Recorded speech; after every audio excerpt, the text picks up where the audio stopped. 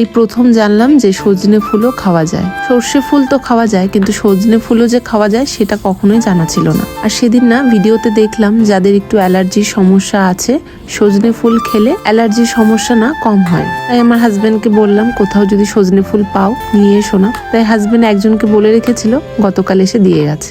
আর কি রেসিপি বানাবো বুঝে উঠতে পারছি না, তাই বড়া করেই খেলাম। আর বড়াটাও না ভীষণ টেস্টি হয়েছিল। তোমরা অনেকেই আমার ইনডোর প্ল্যান্ট আমি কিভাবে যত্ন করি সেটা জানতে চেয়েছিলে। একটা ভিডিওতে সবটা দেখানো সম্ভব হয়ে ওঠে না, আস্তে আস্তে তোমাদের সাথে সবটা শেয়ার করব।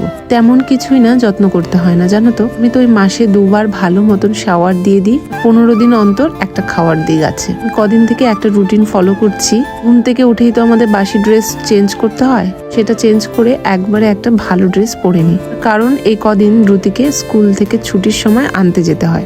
আসলে সব বাচ্চার সাথে টাইমিংটা মেলে না, অনেকক্ষণ ওয়েট করতে হয় বলে আমাকে আনতে যেতে হয়। কিছুদিন এভাবেই চলতে হবে, টাইমিংটা মিলে গেলে আর যেতে হবে না। বাড়ি থেকে বের হওয়ার সময় হাজবেন্ড ফোন করে বললো এখনো যাওনি, অনেকটা লেট হয়ে গেল। আসলে ওর পাপারও হয়তো ভালো লাগছিল না মেয়ের ছুটি হয়ে মেয়ে দাঁড়িয়ে থাকবে। হাজারো চাপের মধ্যে আমরা দুজনেই চলে গেলাম। যেহেতু আমি রেডি হয়েছিলাম, তো তাড়াহুড়ো করে গিয়েও দেখি 10 মিনিট পর ছুটি হলো। তাই ভাবলাম ওর পাপাকে না আসলেও হতো, এত তাড়াহুড়ো করে আমি আসলেই হতো। দুদিন থেকে মেসেঞ্জারে একটা কমেন্টস আমি দেখতে পাই, তোমার সাথে কথা বলে নিজের মনে হয় তোমাকে সবকিছু শেয়ার করা যায়, তোমাকে সবকিছু বলতে ভালো লাগে। যখন এই কমেন্টস গুলো আমি দেখতে পাই তখন আমি ভীষণ ইমোশনাল হয়ে পড়ি, চোখের কোনা দিয়ে জল গড়িয়ে পড়ে।